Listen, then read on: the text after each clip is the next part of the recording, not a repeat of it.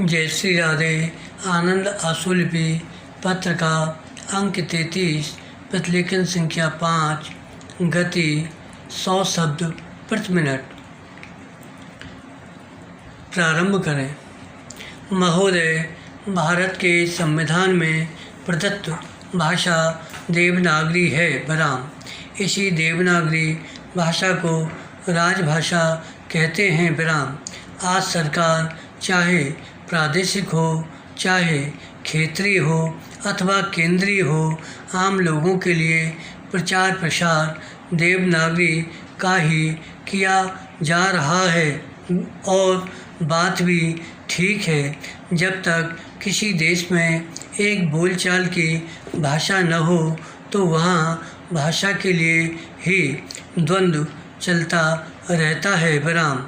इसी बात का आकलन करके हमारे संविधान निर्माताओं ने संविधान बनाते समय भाषा कौन सी होनी चाहिए का प्रश्न ही खत्म कर दिया और भारत की राजभाषा देवनागरी हो ऐसा स्पष्ट उल्लेख संविधान में कर दिया बराम। वैसे तो भारतवर्ष में 80% लोग हिंदी जानते हैं, बोलते हैं तथा लिखते भी हैं, लेकिन फिर भी हिंदी को राजभाषा का दर्जा नहीं मिला विराम, क्योंकि हिंदी भाषा कहीं कहीं इतनी क्लिष्ट हो जाती है कि उसको समझना बड़ा कठिन होता है। इसलिए उस भाषा को राजभाषा बनाया जिसमें सभी भाषाओं के शब्दों का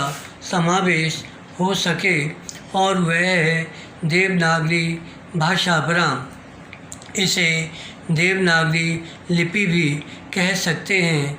जहाँ तक बीमा क्षेत्र में भी आदमी या कंपनी की आवश्यकता की बात है तो पहले जब कोई भी आदमी या कंपनी या समूह बीमा करता था तो वह या तो हमारे विकास अधिकारी पर निर्भर रहता था या जो भी बीमा एजेंट होता था उसी की बात को ब्रह्म वाक्य अथवा विधि सम्मत मान लेता था, क्योंकि चाहे प्रस्ताव हो, चाहे पॉलिसी हो, चाहे कवर नोट हो, चाहे पॉलिसी की शर्तें हों, यानी बीमा संबंधित जितना भी साहित्य था वह अंग्रेजी में ही लिखा और छपा हुआ था और उसे अच्छी तरह से समझने वाले आज भी 2% से ज़्यादा नहीं है बराम।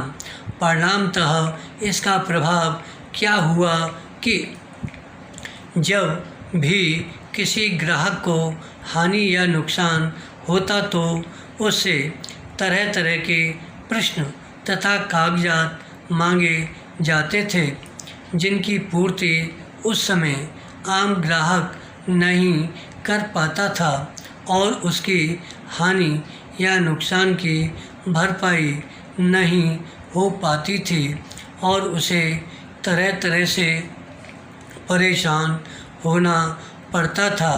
और ग्राहक के मन में यह धारणा बन गई थी कि बीमा कंपनी से हानि या नुकसान होने पर पैसा लेना बड़ा कठिन कार्य है। इसी कारण आम व्यक्ति बीमा कराने में इतनी रुचि नहीं लेता था बराम। लेकिन आज हमारे बीमा धारकों की संख्या गुणात्मक बढ़ी है बराम।